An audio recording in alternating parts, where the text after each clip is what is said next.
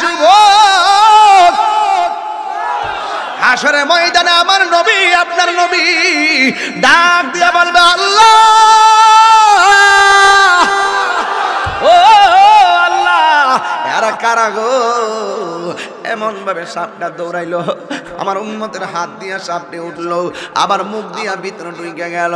এরা কারা? এরা ভিতর দিতে এইভাবে সাপগুলা ঢুকলো। আল্লাহর পক্ষ থেকে আওয়াজ আসবে, ও বন্ধু, এরা কারা জানেননি? এরা হইল দুনিয়াতে যত টাকা সুদ খাইছে, সব টাকারে আমি আল্লাহ সর্পে পরিণত বানাইছি। এই সাপগুলা পেটের মধ্যে যায় সুপ মারতেছে, সুবল মারতেছে, এই সুবল মারতেছে, সুবল মারতেছে। এই লোকগুলা হাসরের ময়দানে এমন ভাবে চিৎকার মারবে, এই চিৎকার আওয়াজের কারণে জাহান্নামীরা বলবে, আল্লাহ, এর কান্না আর ভাল লাগে না, এখান থেকে তুমি নিয়ে যাও, এখান থেকে তারে নিয়ে যাও। কিন্তু সে 1 ইঞ্চি লড়তে পারবে না, কারণ পেটগুলা ঘরের মতো হয়ে গেছে। যুবকের দল, আমার নবী, আপনার নবী বলেন, সেই দিন আল্লাহর ছায়া বিনে কোনো ছায়া থাকবে না, আল্লাহর ছায়া বিনে কোনো ছায়া থাকবে না।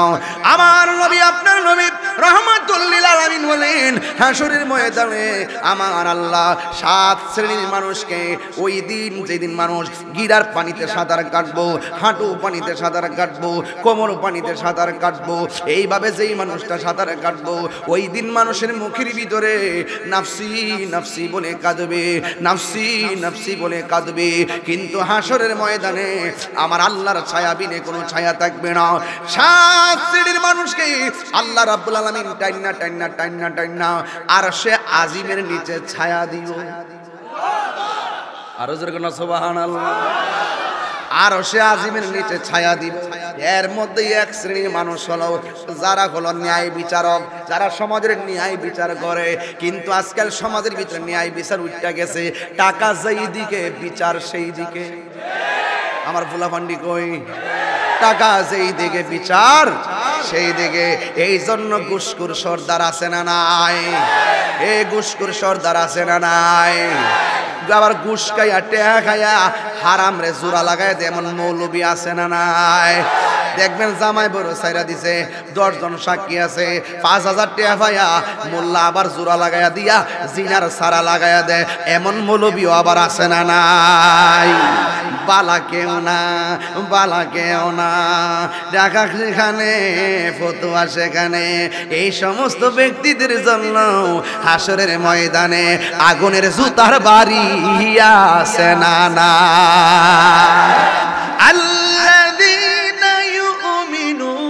بالغيب ويقيمون الصلاة ومما رزقناهم ينفقون।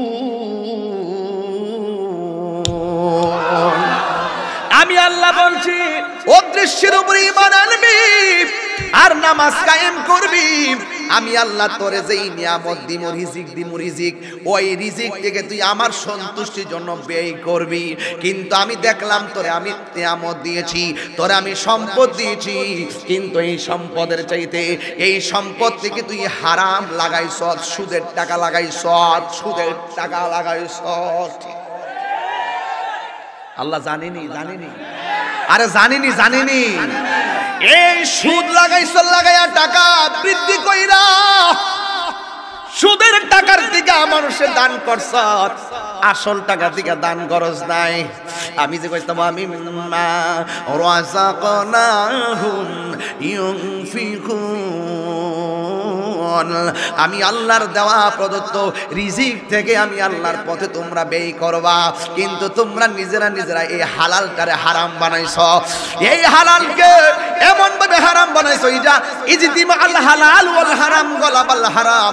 আল আসবাউন নাজাইরের সূত্র হলো, 1 মণ দুধের সাথে 1 ফোঁটা চনা পড়লে দুধটা হারাম হয়ে যায়। তুমি 10 টাকা হালাল টাকার সাথে আবার 3 টাকা হারাম ঢোকাইলে আপনি কিন্তু হারামে দাবিত হয়ে যাবেন। এই জন্য সুদ খাওয়া যাবে না। যদি আপনি সুদ খান, আমার দোস্ত এই জায়গায় যায় আমার কারণে ওয়াজটা সামনে নিতে পারছে না। আমার দোস্ত বলছিলেন হাসরের ময়দানে আমার আল্লাহ বলবে লিমানিল মুলকুল ইয়াউম, আজকে রাজত্ব একমাত্র আল্লাহর। এই জায়গায় দোস্ত ওয়াজটা রাখছে, এই মুহূর্তে আমি ঢুকে গেছি, এখন এই জায়গা থেকে আমি একটু টোকা দিয়া বুঝাইয়া দিয়া যায়, এই সময়টা দোস্তের সঙ্গে আমি এক করে দিয়া যায়। হেলাই হেলাই কার্য নষ্ট রে, পুরুষ নষ্ট হাটে, খারাপ রাস্তায় গাড়ি নষ্ট, নারী নষ্ট খোলা ঘাটে রে, হেলাই হেলাই কার্য নষ্ট রে।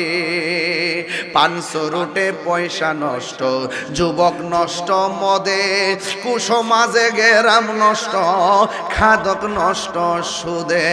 কথা গন আমার ফোলাফান্ডি করে কই আরে 500 রুটে পয়সা নষ্ট, যুবক নষ্ট মদে, কুসমাজে গেরাম নষ্ট, খাদক নষ্ট সুদে। টাউনে গুইডা ছাত্র নষ্ট, কিটে নষ্ট ফুল, অতি মায়াহি বধূ নষ্ট, দুলাই নষ্ট চুল রে, হেলাই হেলাই কার্য নষ্ট রে। বিডেটা সিনাসকা আসিনি মা বন্ধুরা, আসিনি। জামাই জিটা দে এটার মধ্যে সন্তুষ্ট থাক, জামাই জিটা দে এটার মধ্যে সন্তুষ্ট থাক। কথা গণ ঠিক কিনা, আর জোরে গণ ঠিক কিনা। এ বন্ধু আমি বলছিলাম হেলাই হেলাই সময় নষ্ট করা যাবে না। এখন আল্লাহ বলবে তোরে টাকা দিছিলাম আমি আল্লাহর পথে ব্যয় করবি, হালাল টাকার দিকে তুই ব্যয় করবি, তুই হারাম দিকে দান করস। এই দান মা আগনা আনহু মালহু আমা কাসাব, এই দান ধন সম্পদ কোনো কাজে আসবে না। চিৎকার মাইরা কি আল্লাহু আকবার বলা যাবে না? ওই হাসরের ময়দানে সুদ করে দাঁড়ায় যাইব, এক ঝাঁকে ঝাঁকে সাপ আইসা তারা অ্যাটাক করব, জাপে জাপে সাপ আসবে, ঝাঁকে ঝাঁকে সাপ আসবে, কোটি কোটি সাপ আইসা তারা দৌড়ানি দিবে। এবার হাসরের ময়দানে সে দৌড় দিবে। এবার সাপ যদি এই মাঠের মধ্যে ঢুকে, এই মাঠের মধ্যে একটা সাপ ঢুকলে, দুরা সাপ ঢুকলে ফানুক সাপ মনে করে দৌড় মারবেন। কথা কন ঠিক কিনা? এবার হাসরের ময়দানে কোটি কোটি সাপ তোমার দৌড়ানি মারবে। এবার আপনি বাঁচবার জন্য দৌড় দিবেন, যতই দূর দেন না কেন একটা ক্লান্তি তো আছে। আপনাকে যেই দৌড়ানি দিবে 1 কিলোমিটার দৌড়ার পরে আর আপনি পারবেন না, রাস্তা হাত পাও ভাঙ্গা পইরা যাবেন, সে যা বলে তাই মানবেন। সাপ যখন দৌড়ানি দিব হাসরের ময়দানে আপনিও দৌড় দিবেন, দৌড়তে দৌড়তে আর আপনি পারবেন না। যাকে যাকে সাপ ফনা তুল্লা দাঁড়ায়া যাইব, দাঁড়ায়া যাওয়ার পরে বান্দা ডাক দিয়া বলবে সাপ তুমি এমন ভাবে আমার পিছনে লাগছো কেন? কয় কেন লাগছি পরে, আগে 2টা হাত সামনে বাড়ায়া দাও। কয় কেন? কয় না বাড়ালে সুবল মারমু, ডরে 2টা হাত সামনে বাড়ায়া দিব। এবার হাতের দিক দিয়ে এই দিক দিয়ে বায়া বায়া সাপটা উঠবো, উইটা এই জায়গার মধ্যে উঠবে, এই জায়গার মধ্যে উইটা মুখের সামনে ফনা তুল্লা ধরবে। এবার ডাক দিয়া বলবে মুখটা হা করো। এবার বান্দা জিগাইব কিনলেগা, কয় বেশি কথা কইলে কপালে কিন্তু সুবল মারমু। এবার ডরে মুখটা হা করবে। যাকে যাকে যাকে যাকে যাকে যাকে সাপগুলো মুখের ভিতরে ঢুকবে, এই সাপটার মুখের ভিতরে এত বিষ, একটা জংলার ভিতরে সাপটা শ্বাস ফালাইলে জংলার গাছগুলা মারা যাইতো, এই মন বিষ একেবারে বিষে ছায়া যায়। এবার সাপটা মুখের ভিতরে একটা না 2টা নয়, হাজার হাজার পরিমাণ মতো ভিতরে ঢুকবো। যতই সাপটা ভিতরে ঢুকবো পেটটা তো তুই রবারের মতন ফুলতে থাকবো, ফুলতে ফুলতে ফুলতে ফুলতে হাদিসের ভাষা হলো কালবিউতিন, গরসমহের মতন এমন ভাবে পেটটা ফুলে যাবে। পাইলে নিরালাই গো নবী, পাইলে নিরালাই, পাইলে নিরা 2 কদমে চুমো খাবো, 2 কদমে চরণ ধুলি মাখবো গায়, পাইলে নিরালাই গো নবী, পাইলে নিরালাই, পাইলে পাইলে নিরালাই। আমার নবী নূরের নবী, আমার নবী জিন্দা নবী, আমার নবী, আমার নবী, আইরে দয়া করে পার করিও হাসরের বেলায়, দয়া করে হাসরের বেলায়, পাইলে নিরাল, পাইলে নিরালায়, পাইলে নিরালায় গো নবী, পাইলে নিরালায়। দুই কদমে চুমু খাবো, দুই কদমে চরণ ধুলি মাখব গায়ে, পাইলে নিরালায় গো নবী, পাইলে নিরালায়। জোরে জোরে কি আল্লাহু আকবার বলা যাবে না? আমার যুবক ভাইরা, আখাউড়ার বাবা, ও কসবার বাবা, মনিয়ন্দের বাবা, হরিপুরের বাবারা আমার পূর্বে অনেক সুন্দর আলোচনা করেছেন। আমার বন্ধু, আমার বন্ধু আল্লামা মুফতি জসিমউদ্দিন মুজাহিদি সাহেব আমার পূর্বে আলোচনা করেছেন। স্নেহাস্পদ আল্লামা জুনাইদ হোসেন জালালি সাহেব অনেক উলামায়ে কেরাম বক্তব্য রেখেছেন।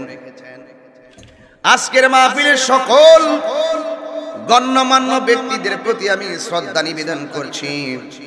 সভাপতি জনাব দেলোয়ার হোসেন দুলন মৃধা সাহেব, সহসভাপতি দুদু মিয়া সাহেব, ইদন সরকার সাহেব, জামাল মিয়া সাহেব, বাবুল মৃধা সাহেব, আজকের মাহফিলের রৌনক আমার বড় ভাই জনাব তাকজিল খলিফা কাজল ভাই, পৌরসভা আখাউড়ার মেয়র, যিনি ব্যস্ততার কারণে আসতে পারেননি। আমি দোয়া চেয়ে নিলাম। আরো উপস্থিত আছেন মাহবুবুল আলম চৌধুরী দীপক চেয়ারম্যান সাহেব সহ যতগুলা অতিথি আজকের মাহফিলে এসেছেন, সবার প্রতি আমি শ্রদ্ধা নিবেদন করছি। এ বন্ধুরে, ও যুবকের দল, time and tide wait for none, সময় এবং স্রোত কাহারও জন্য অপেক্ষা করে না। আল ওয়াক্তু লা ইয়ান্তাজিরু লি আহাদিন, সময় কাহারও জন্য অপেক্ষা করে না। এই জন্য আমার যুবক ভাইরা, ও আমার মুরব্বী আব্বাজিরা, নিঃশ্বাসের কোনো বিশ্বাস নাই। আল্লাহ রাব্বুল আলামিন আমাকে আপনাকে এই সুন্দর বাগানে আসার সুযোগ দিয়েছে। শুকরিয়াতান সকলে জবান খুলে পড়ুন আলহামদুলিল্লাহ। ভাইরা আমার, ভাইরা আমার, আমরা নবীর উম্মত হয়েছি, ঠিক আছে? আচ্ছা, আমরা নবীর উম্মত হয়েছি, আমরার মতন খুশি কি আর কেউ আছে? আমরা বিনা দরখাস্তে কয়েকটা জিনিস পেয়ে গেছি। এক নম্বর, আমরা মুসলমানের ঘরে জন্ম লাভ করতে পেরেছি। আমরা এমন একটা ধর্ম পেয়েছি, ইসলাম ধর্ম, এটা সকল ধর্মের চাইতে সেরা ধর্ম পেয়েছি। আমরা এমন একজন নবী পেয়েছি যিনি সকল নবীদের নবী। এটার জন্য কি আমরা তদবির করতে হইছে, লবিং করতে হইছে? যেই জিনিসগুলো আমরা পেয়েছি, এটা আল্লাহর দয়া আর রহমত ছাড়া সম্ভব। এর দ্বারাই প্রমাণ হয়ে যায় আল্লাহ পাক আমাদেরকে অনেক মায়া করে এই নিয়ামতগুলো দিয়েছেন। তো এই নিয়ামতের শুকরিয়া আদায় দরকার আছে না বাবা? মনিয়ন্দের মানুষ নবী বান্ধব মানুষ, মনিয়ন্দের মানুষ ওলি বান্ধব মানুষ, মনিয়ন্দের মানুষ কোরআন বান্ধব মানুষ, মনিয়ন্দের মানুষ আল্লাহ বান্ধব মানুষ। আমিন বলবেন না? যদি না হইতো এই রৌদ্রের ভিতরে গত পরশুদিন যে আকাশের অবস্থা ছিল, মাহফিল করবেন স্বপ্নে ভাবছেন? কি ভাবছেন নাকি? সারা বাংলাদেশের একটা মানে একদম পুরা সিগন্যাল চলছিল, নিম্নচাপ, এবং তার বাস্তবতাও ছিল। ঘর থেকে আমরা বের হতে পারি নাই, ট্যাপ ট্যাপ বৃষ্টি পড়ছে। বলুন এই মেঘলা আকাশকে কেটে এখন এই মুহূর্তে সুন্দর সূর্যের আলো দিয়েছেন কে? হতাশ হওয়া যাবে না, চিন্তিত হওয়া যাবে না, মন খারাপ করা যাবে না। এখন আধার দেখতেছো, যিনি আধার দিয়েছেন তার জন্য আলো দেওয়া কোনো ব্যাপার। তা আপনারা হাল ছাড়েন নাই মনে অন্ধবাসী, জ্বর হোক তুফান হোক মাহফিল হবে ইনশাআল্লাহ। এইরকম যখন আপনাদের ঈমানটা তাজা করে আল্লাহর কুদরতি কদমে বিসর্জন দিয়ে দিছেন, আল্লাহ পাক আধার কেটে মেঘলা কেটে সূর্যের আলো দিয়ে আমাদেরকে বসার জায়গা করে দিয়েছেন। সুখে রাখলেও বলেন আল্লাহ, দুঃখে রাখলেও, ভালো থাকলেও, মন্দ থাকলেও, হাসি থাকলেও, ঘুমাইলেও, জ্বর আসলেও, তুফান আসলেও, ভালো থাকলেও আলহামদুলিল্লাহি আলা কুল্লি হাল। সুখে থাকলেও তুমি আমার রব, দুঃখে থাকলেও তুমি আমার রব। তোমার ছাড়া আমাদের, তুমি ছাড়া আমাদের কোনো উপায়। আইয়ুব আলাইহিস সালামের নাম শুনছেন? আইয়ুব আলাইহিস সালাম বলছেন, আল্লাহ অল বডিটারে তুমি কিরা দিয়া পচায়া একদম ক্ষয় করে ফেলাও, হাড্ডি বের করে ফেলাও, হাড্ডি থেকে গোশত পচাতে পচাতে বের করে ফেলাও, তোমার ডাক ছাড়বো না। তোমার কাছে একটা ফরিয়াদ, অল বডিটা আমার পচায়া শেষ করে ফেলাও, কিন্তু আমার জিহ্বার মধ্যে পছন্দ রায়ও না। ডাক দিয়া বলা হলো, হে আইয়ুব নবী, অল বডি পচাইলেও আপনার কোনো আপত্তি নাই, কিন্তু জিহ্বাটা যেন ভালো থাকে। আপনি বললেন কেন? তিনি বলছিলেন অল বডি পচালে অসুবিধা নাই, জিহ্বাটা ভালো থাকলে আমি জিহ্বা দিয়ে আমার আল্লাহকে ডাকতে পারবো। রহমত পাইতে গেলে বেশি কিছু লাগে না, এমন জায়গায় এমন কিছু বন্দনা দিয়া রাখবেন, আল্লাহ আপনাকে দয়া করে ফেলবেন। সুবহানাল্লাহ।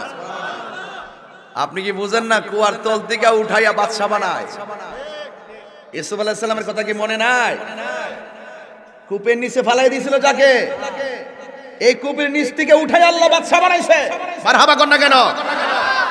আল্লাহ বলছেন, জিবরাইল তুমি কোথায়? তাড়াতাড়ি যাও, 10 ভাই শত্রুকামী করে তার ভাইকে কুয়ার মধ্যে ফেলে দিয়েছে।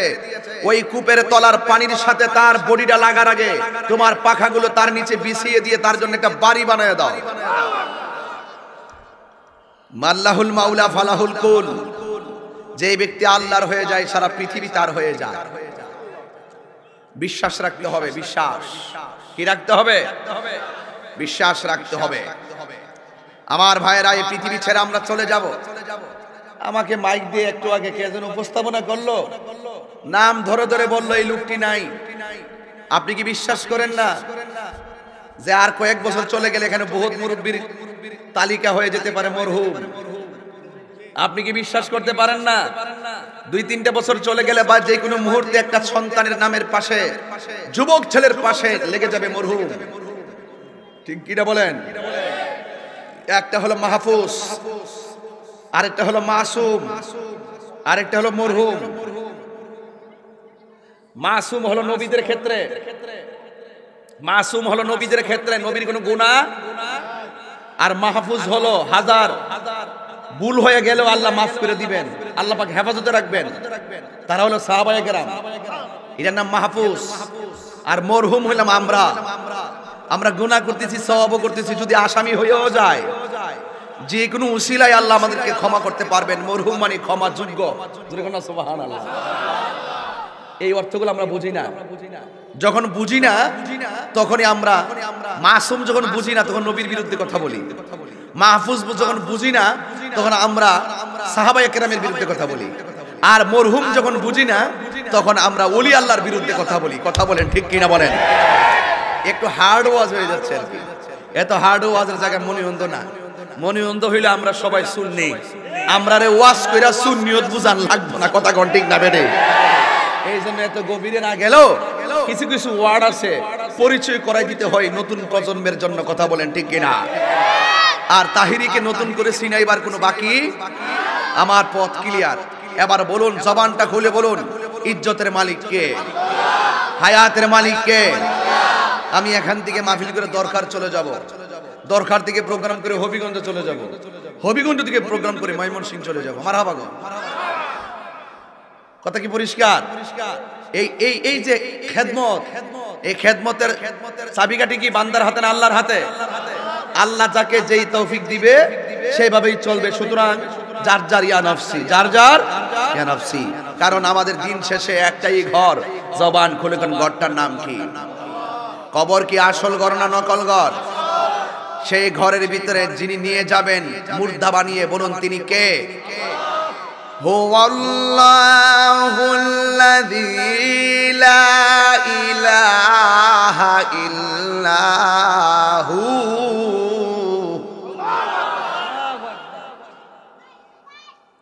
আলিমুল গায়বি ওয়াশ শাহাদাতি হুয়ার রাহমানুর রহিম।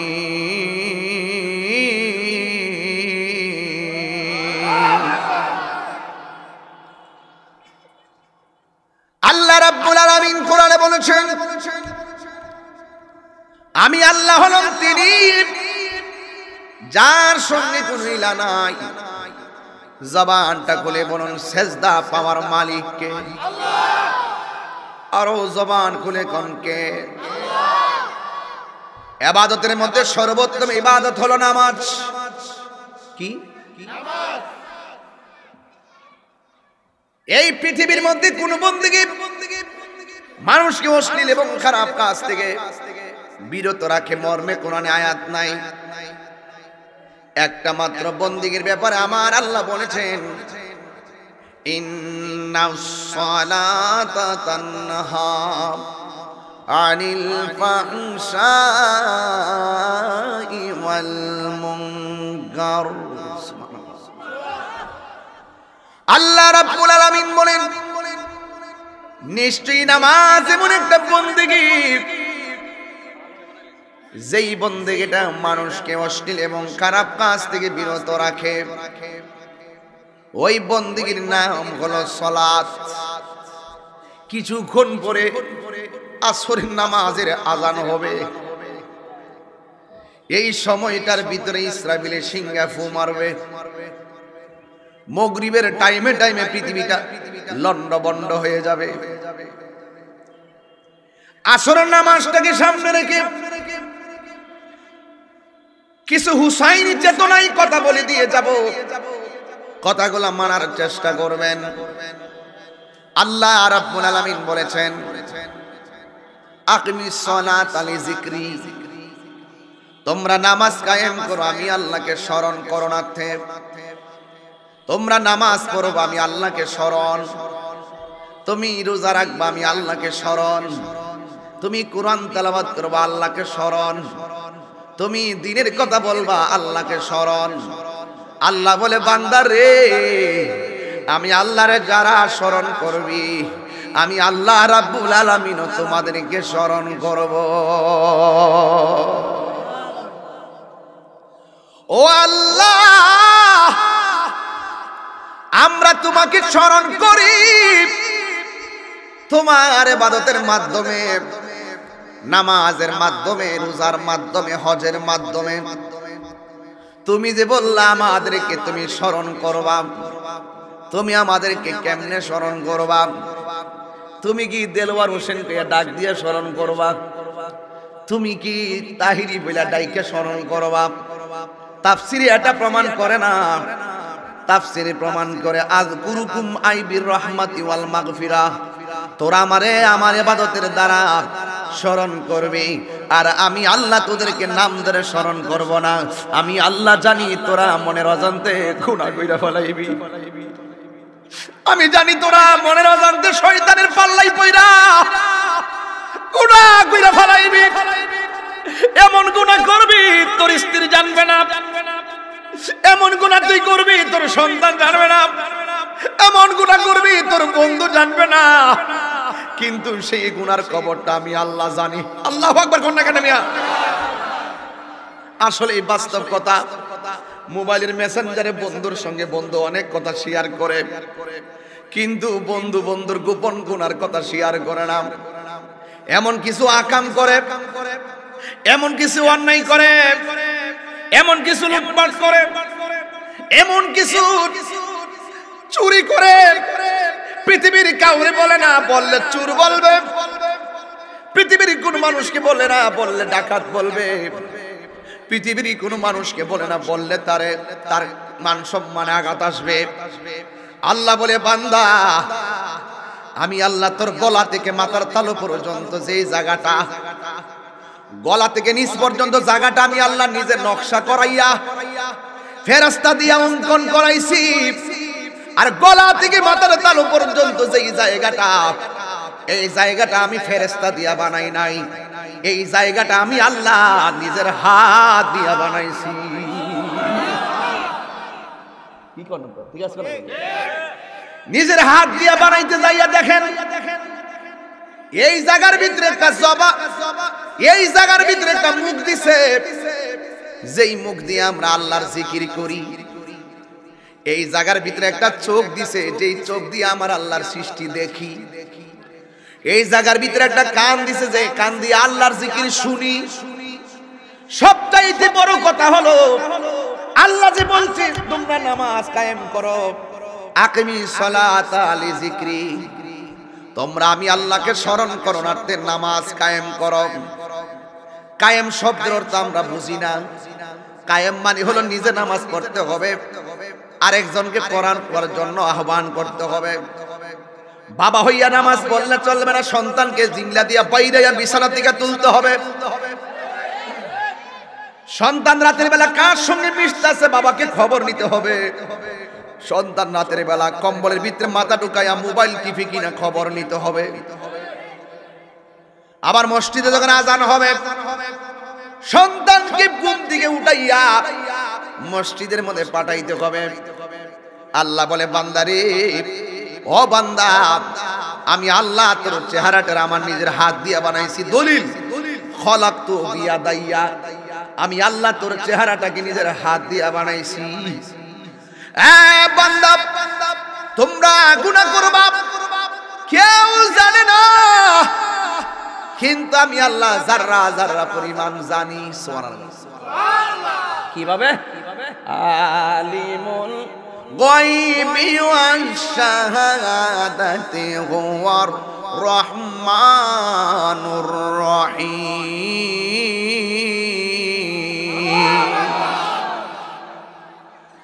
আল্লাহ রাব্বুল আলামিন সব দেখে, সব জানে। এই জন্য আমার আল্লাহ বলেন, আমি আল্লাহ মুখ দিলাম, কান দিলাম, চোখ দিলাম, আর একটা জিনিস দিছি, যেই ইবাদতটা সবার শ্রেষ্ঠ ইবাদতের নাম হলো সালাত। এই সালাতটার জন্য আমি আল্লাহ কপাল দিয়া দিছি। এই কপালটা যখন পাহাড় পরিমাণ গুনাহ লইয়া কপালটারে যখন মাটির মধ্যে লাগায়া দিবি, আমি আল্লাহ আর দুটি কদম মুবারকে কপালটা লাগাবি, আমি আল্লাহ তোর জীবনের গুনাহগুলো ক্ষমা করে দিয়ে তোরে স্মরণ করব।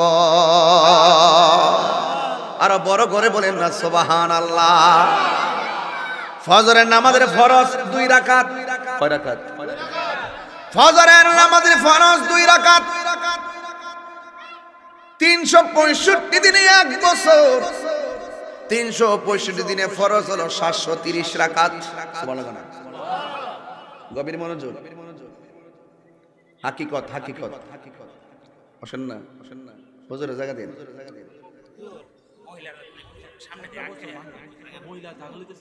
ও, দিনে মা বন্ধুরা আসছে, মাশাআল্লাহ মাশাআল্লাহ। দিনে অনেক মা বন্ধুরা আসছে, পুরুষ থেকে বেশি না। তাইলে মা বন্ধুকে বলবো আপনারা একটু চেপে চেপে বসুন। একটু পরে বাবা, লাইনটা তুলছি তো। মা বন্ধুকে বলবো আপনারা চেপে চেপে বসুন। দিনের বেলা মাহফিল, বাহিরে কেউ ঘুরবেন না। আপনারা কি আমার প্রতি রাগ করতেছেন? দলিল আর যুক্তি আর প্রয়োজনের বাইরে কি তাহিরি আজ কোন কথা বলতেছে? ফজরের নামাজের ফরজ কয় রাকাত? কয় দিনে 1 বছর? তো 365 দিনে ফরজ কয় রাকাত হইল? 730। 700 কত? যোহরের নামাজের ফরজ 2 রাকাত, সরি 4 রাকাত। 365 দিনে 1460 রাকাত। আসরের নামাজের ফরজ হলো 4 রাকাত। 365 দিনে ফরজ হলো 1460 রাকাত। মাগরিবের নামাজের ফরজ হলো 3 রাকাত। 365 দিনে হলো 1095 রাকাত। এশারের নামাজের ফরজ হলো 4 রাকাত। 365 দিনে ফরজ হলো 1460 রাকাত। দৈনিক 5 ওয়াক্ত আযান দেওয়া হয়, 5 বার আযান দেওয়া হয়। 365 দিনে আযান দিল 1825 বার। বাবা আমার ডাক দিলে হ্যালো বললে মোবাইলে এক পাশ থেকে হ্যালো বলে জবাব দেই, ভাই বাইরে ডাক দিলে জবাব দেয়, স্বামী স্ত্রীকে ডাক দিলে জবাব দেয়, বন্ধু বন্ধু ডাকলে সাথে সাথে জবাব দেয়। কিন্তু আপনাকে বছরে 1825 বার মসজিদের মাইক দিয়ে আপনাকে ডাক দিতেছে, হাইয়া আলাস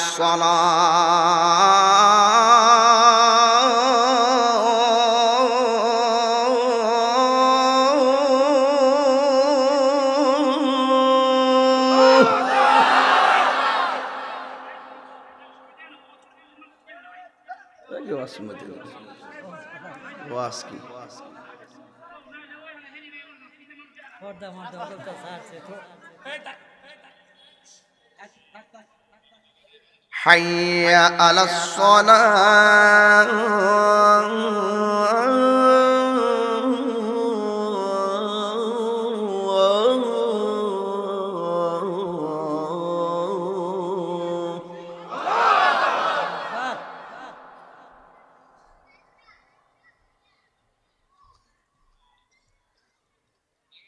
শত 25 বার ডাক দিল, আসো আসো নামাজের দিকে আসো। 1825 বার ডাক দিল, আল্লাহু আকবার আল্লাহু আকবার। 1825 বার এক বছরে তোমার ডাক দিছে, তুমি কয়বার ডাক সাড়া দিয়েছো? এই জন্য আল্লাহ বলেন, আকিমিস সালাতা লিযিকরি, তোমরা আমি আল্লাহকে স্মরণ করার জন্য নামাজ পড়ো। জোরে কন্যা সুবহানাল্লাহ।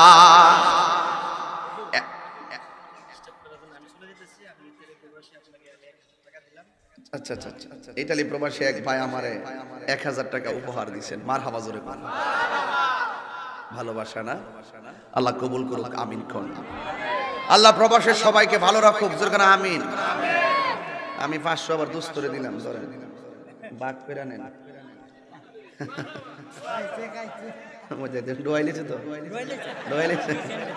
মারহাবা, জোরে কন। ডুবাইলেছে না দোস্ত, মারহাবা কন। ভালোবাসা তাকেই বলা হয়, তাই না? আমরাই সুন্নিয়ত, কথা বলেন ঠিক কিনা? মিলেমিশে থাকলে সুন্নিয়ত আরো এগিয়ে যাবে, কথা বলেন ঠিক কিনা? আমার কথা কি কষ্ট হচ্ছে আপনাদের? আমার যুবক ভাইরা, একটা ইন্টারভিউ নিলাম হইলে কিন্তু পারতেন না, এই জন্য নিব না।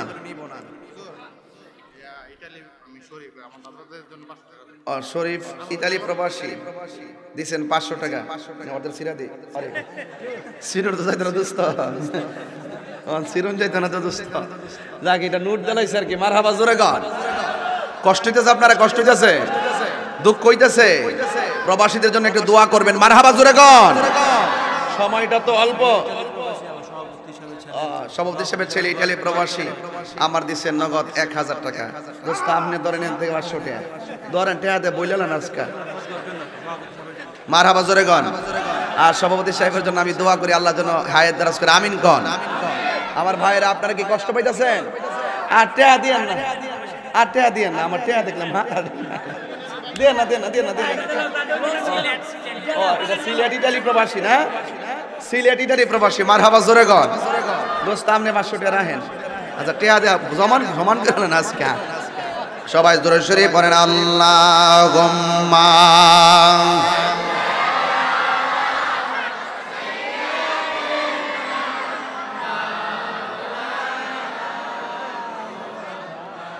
وعلى آل سيدنا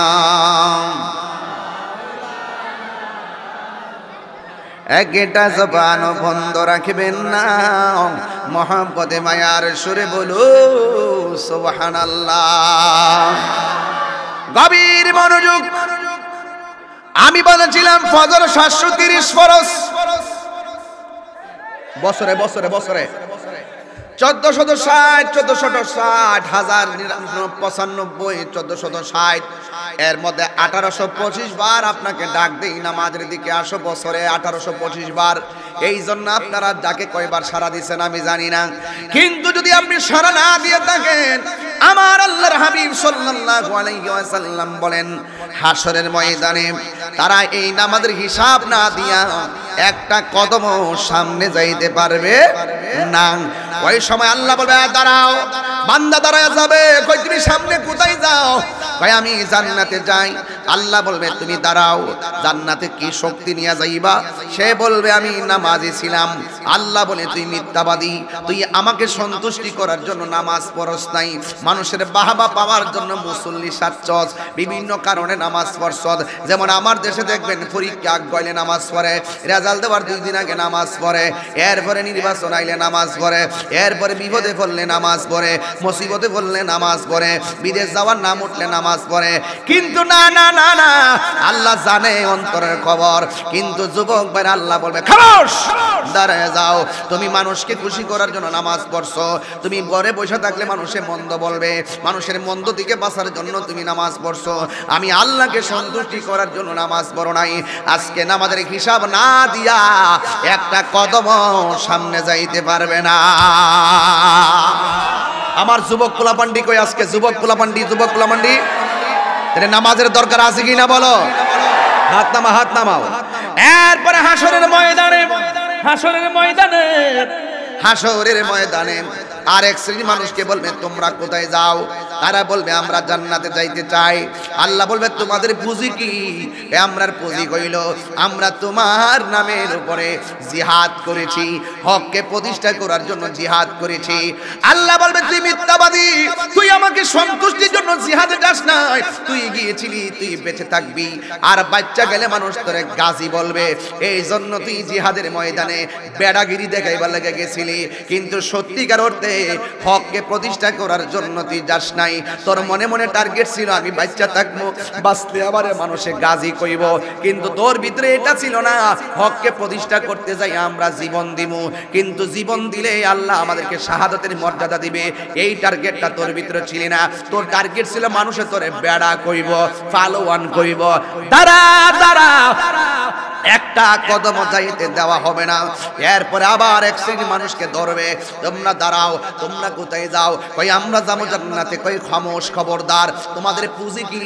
কই আপনার পুঁজি হলো যে আমরা তোমার খানায় কাবায় যাইয়া তাওয়াফ করেছি, আমরা মদিনায় গিয়েছি, আমরা মক্কায় গিয়েছি, আমরা হজ পালন করেছি, তোমার দেওয়া বিধান পালন করেছি। আল্লাহ বলবে খামোশ, না না, তুই আমার সন্তুষ্টির জন্য হজ করস নাই, মানুষ তোরে হাজি বলার জন্য হজ করছ, তুই আমার সন্তুষ্টির জন্য হজ তুই অর্থ ব্যয় করস নাই। আমি আল্লাহ বলেছিলাম আল্লাযীনা ইউমিনুনা বিল গায়বি ওয়া ইউকিমুনাস সালাতা ওয়া মিম্মা রাযাকনাহুম ইউনফিকুন।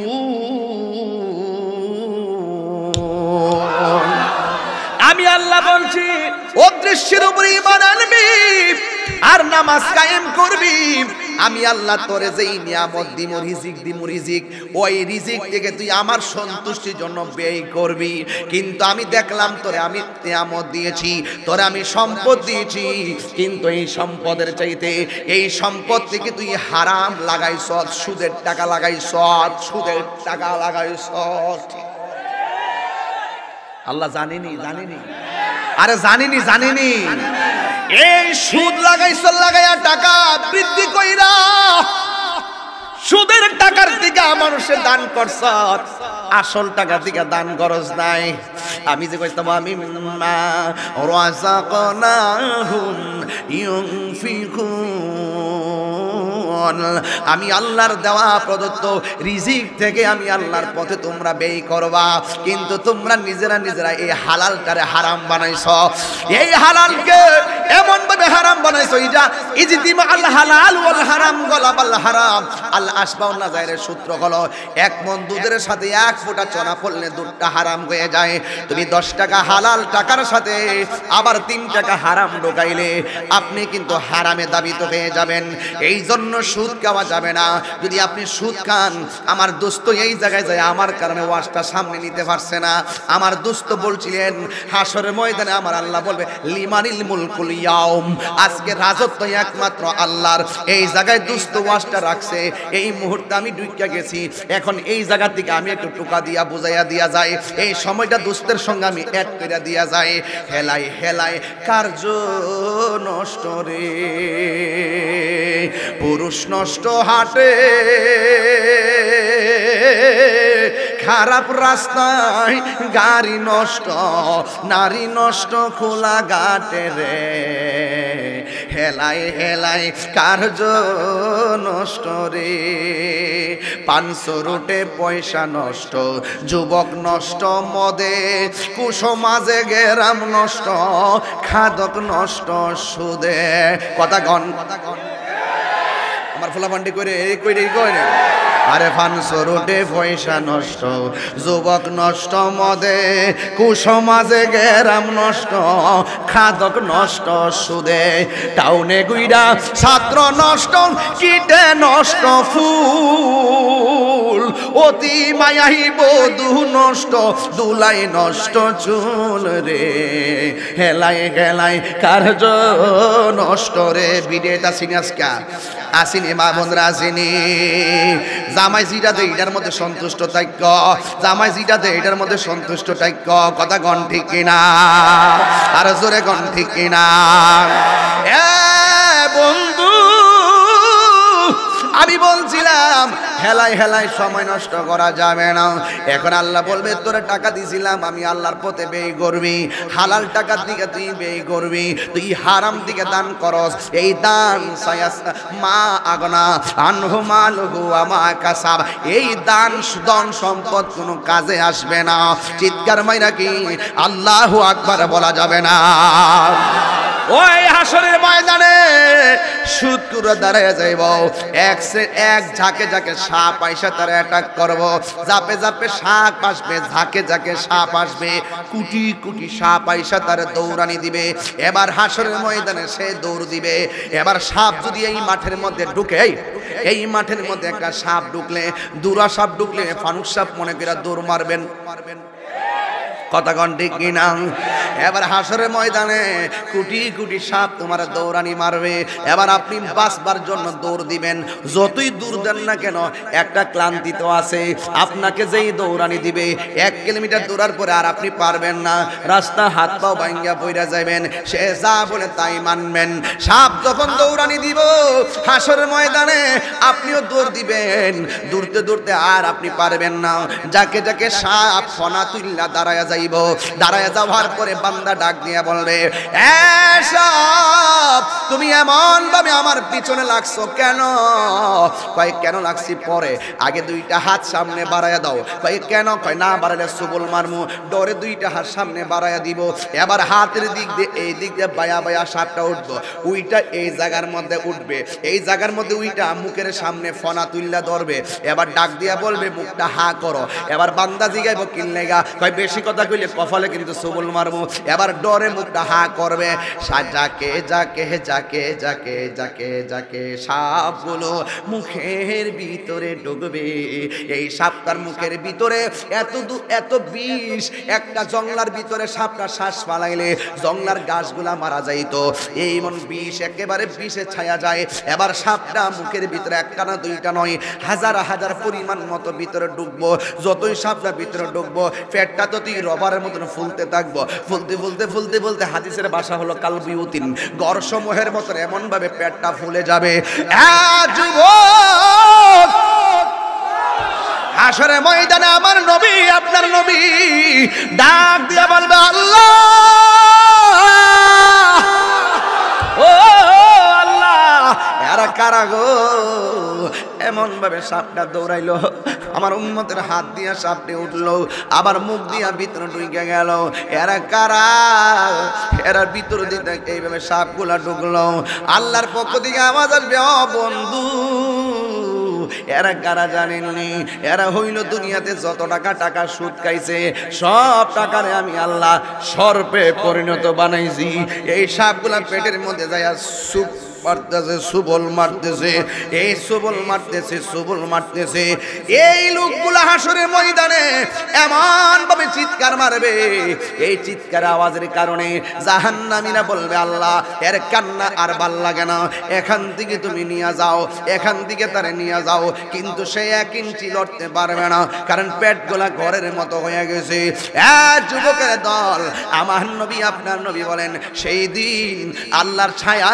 বিনে কোনো ছায়া থাকবে না আল্লাহর ছায়া বিনে কোনো ছায়া থাকবে না আমার নবী আপনার নবী রাহমাতুল লিল আলামিন বলেন হাসরের ময়দানে আমার আল্লাহ 7 শ্রেণীর মানুষকে ওই দিন যেদিন মানুষ গিরার পানিতে সাঁতার কাটবো হাঁটু পানিতে সাঁতার কাটবো কোমর পানিতে সাঁতার কাটবো এইভাবে যেই মানুষটা সাঁতার কাটবো ওই দিন মানুষের মুখের ভিতরে নাফসি নাফসি বলে কাঁদবে নাফসি নাফসি বলে কাঁদবে কিন্তু হাসরের ময়দানে আমার আল্লাহর ছায়া বিনে কোনো ছায়া থাকবে না 7 শ্রেণীর মানুষকে আল্লাহ রাব্বুল আলামিন টাইনা আরশে আজিমের নিচে ছায়া দিও আর জোরে কোন সুবহানাল্লাহ আরশে আজিমের নিচে ছায়া দিবে এর মধ্যে 1 শ্রেণীর মানুষ হলো যারা হলো ন্যায় বিচারক যারা সমাজের ন্যায় বিচার করে কিন্তু আজকাল সমাজের ভিতরে ন্যায় বিচার উঠে গেছে টাকা যেই দিকে বিচার সেই দিকে আমার ফুলাফান্ডি কই টাকা যেই দিকে বিচার সেই দিকে এই জন্য ঘুষখোর সর্দার আছে না নাই এই ঘুষখোর সর্দার আছে না নাই আবার ঘুষ খাইয়া টেহা খাইয়া হারাম রে জোড়া লাগায় এমন মৌলবি আছে না নাই দেখবেন জামাই বড় সাইরা দিছে 10 জন সাক্ষী আছে 5000 টাকা পাইয়া মোল্লা আবার জোড়া লাগাইয়া দিয়া জিনার সারা লাগাইয়া দেয় এমন মৌলবিও আবার আছে না নাই বালা কেউ না দেখা সেখানে ফতোয়া সেখানে এই সমস্ত ব্যক্তিদের জন্য হাসরের ময়দানে আগুনের জুতার বাড়ি আছে না আর আমার নবী বলে যদি তুমি ন্যায় বিচার করতে পারো হোক বিচারের সংখ্যা 1 হোক বিচারের সংখ্যা 2 হোক বিচারের সংখ্যা 3 ন্যায় বিচার যদি করতে পারো হাসরের ময়দানে আমার আল্লাহ তোমারে আরশে আজিমের নিচে ছায়া দিয়ে দিবে এই হলো 1 নম্বর 2 নম্বর কার জন্য আরশে আজিমের ছায়া আছে জানেননি যার মনটা ঘরের মধ্যে টিকে না মসজিদের মধ্যে টিকে আবার একই বান্দা ঘরে মন টিকে না বাজারে মন টিকে রাস্তা হলো 2টা আমার নবী বলে সবচাইতে নিকৃষ্ট জায়গা হলো বাজার আর সবচাইতে উৎকৃষ্ট জায়গা হলো আল্লাহর ঘর মসজিদ আমার নবী বলেন যাদের মনটা মসজিদ ছাড়া ভাল লাগে না ও মুরব্বি বাবা বয়স কত 80 মাশাআল্লাহ দেখা দিছে 50 মতো যাক আল্লাহ হায়াত দারাজ করুক আল্লাহ আরো হায়াত দারাজ করুক মাশাআল্লাহ আল্লাহ মুরব্বিরা আমরা সমাজের সৌন্দর্য মুরব্বিরা ঘরের সৌন্দর্য মুরব্বি গেলে গা বুঝবেন বাপ গেলে গা বুঝবেন ঘর শূন্য হয়ে যাবে এই শূন্য কোনো কিছু দিয়া পূর্ণ করা যাবে আমার বাবা গেছে গা তা আমি তো বুঝি গেলে গা আর এই গ্যাপ কোনো কিছু দিয়া পূর্ণ করা যায় না কিছু কিছু মুরব্বি কিনে কইছি বয়স কত একটা কারণ আছে ওই গাড়ির মধ্যে শালটা রাখিয়েছি মুরব্বি শালটা আনছি না আনলে দেখাইতাল্লাম বলে অভিনয়টা কইরা ওই মুরব্বিরা দেখবেন শীতের দিন আইতাছে না হন শীতের দিন যখন মসজিদের ভিতরে ইমাম সাহেব মুয়াজ্জিনে ক আসসালাতু খায়রুম মিনান নাওম তখন এই মুরব্বিটা এমনি আস্তে আস্তে করে উইটা পাওয়ের মুজারি এমনি খুলে হাতের মুজারি এমনি হইলে আস্তে আস্তে যায়া পুষ্কুনি নিচে ওই যে গাটলা বানানা গাটলার মধ্যে দৌড়া দৌড়া যায়া শীতের মধ্যে পানিটা নিচে তাই না ও কোন রকম ভাবে একটু পানি তাইমা উজোটা কইরা আস্তে আস্তে তেত্তেরাইয়া উঠে উইটা ঘাম পাঞ্জাবিটা ফিনটা লঙ্গিটা যে পরে না শীতের দিন তো বস নাই তো এইটা আদা তুফুর উঠটা থাকে এমনি আদা তুফুর এমনি বাইন দেয়া লঙ্গিটা একটা শাল শরীরের মধ্যে আগের যে মুরব্বীর যে শাল দিয়ে আছে না বাজান ওই বড় শালটি একটা ফেস দিবে এমনি ফেস দিয়া এমনি দইরা ঘর থেকে বাড়িতেছে চাষি জিগাইতেছে শুনতেছি আমি এই আজানে জবাব দিন চাষি জিগাইতেছে আপনি কই যান কখন চোনা আজান হইছে আরো দিয়ে আধা ঘন্টা পরে জামাত হইব গ্রাম অঞ্চলের জামাত একটু পড়ইও আপনি কিন্তু ওহন যাওয়ান লাগবো না গড় ভাল লাগে না মসজিদরাই আমার কাছে ভাল লাগে রসুল ডাক দিয়া কয় যেই লোকটার গড় ভাল লাগে না মসজিদরা ভাল লাগে এই মুরব্বীরা কেমনে জানি রাস্তা দিয়া ওই টাইমে কিন্তু কুত্তা টুত্তা ঘুরে একটু অন্ধকার থাকে তো মুরব্বীরা কি করে ওই একটা সুর তুলে ওই আমার আব্বা এগুলো পড়তো গাফুরুর রহিম নাম তোমার আল্লাহ কি মজা লাগে না এই ওয়াজ রাত্রে 11টার পরে করলে বুঝলেন যে আমি কি ওয়াজ করতেছি এখন তো দিনের মধ্যে 14 ঘন্টা মন জায়গায় একবার ভালো একবার ডালো একটু কনামার সাথে গুনাহ মাফ হইব গাফুরুর রহিম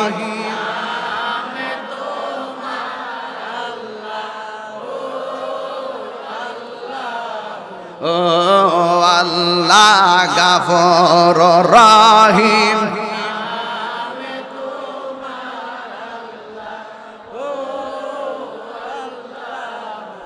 বন্ধু নাই রে বান্ধব নাই রে যেই জায়গায় কোন আল্লাহ আরো জবান খুলে কোন আল্লাহ বন্ধু নাই রে বান্ধব নাই রে যেই জায়গায় সেই জায়গারি বন্ধু নবী মুস্তাফা সেই বন্ধু নবী কবরেরই আযাব যদি মানুষ দেখিত ও কবরেরই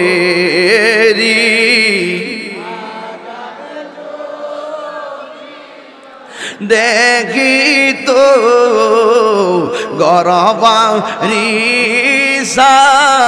রিয়া পাগল হইতো গরবা রিয়া পাগল আব্বায়া